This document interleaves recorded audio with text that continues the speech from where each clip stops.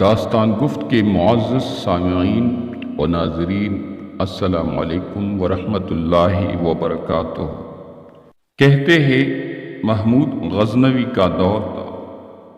ایک شخص کی طبیعت ناساز ہوئی تو طبیب کے پاس گیا اور کہا کہ مجھے دوائی بنا کے دو۔ طبیب نے کہا کہ دوائی کے لیے جو چیزیں درکار ہیں سب ہیں سوائے شہد کے۔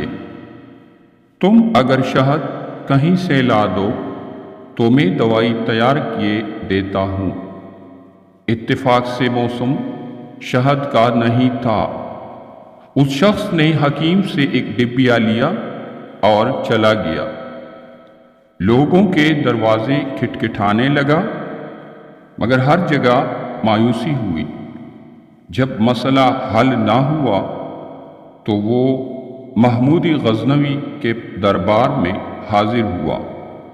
کہتے ہیں وہاں ایاز نے دروازہ کھولا اور دستک دینے والے کی کہانی سنی۔ اس نے وہ چھوٹی سی ڈبیا دی اور کہا کہ مجھے اس میں شہد چاہیے۔ ایاز نے کہا آپ تشریف رکھیے، میں بادشاہ سے پوچھ کے بتاتا ہوں۔ ایاز وہ ڈبیا لے کر بادشاہ کے سامنے حاضر ہوا اور عرض کی کہ بادشاہ سلامت، ایک سائل کو شہد کی ضرورت ہے۔ بادشاہ نے وہ ڈبیا لی اور ایک طرف رکھ دی۔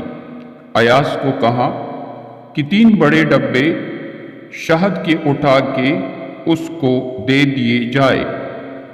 ایاز نے کہا حضور، اس کو تو تھوڑی سی چاہیے، آپ 3 ڈبے کیوں دے رہے ہیں؟ بادشاہ نے ایاز سے کہا ایاز وہ مزدور آدمی ہے، اس نے اپنی حیثیت کے مطابق مانگا ہے۔ ہم بادشاہ ہیں، ہم اپنی حیثیت کے مطابق دیں گے۔ مولانا رومی رحمۃ اللہ علیہ فرماتے ہیں آپ اللہ پاک سے اپنی حیثیت کے مطابق مانگے، وہ اپنی شان کے مطابق عطا کرے گا۔ شرط یہ ہے کہ مانگے تو صحیح۔ اگر کہانی پوری پڑھ لی ہے تو ایک بار درود شریف پڑھ کر کمنٹ میں ماشاءاللہ ضرور لکھیں۔ اللہ حافظ۔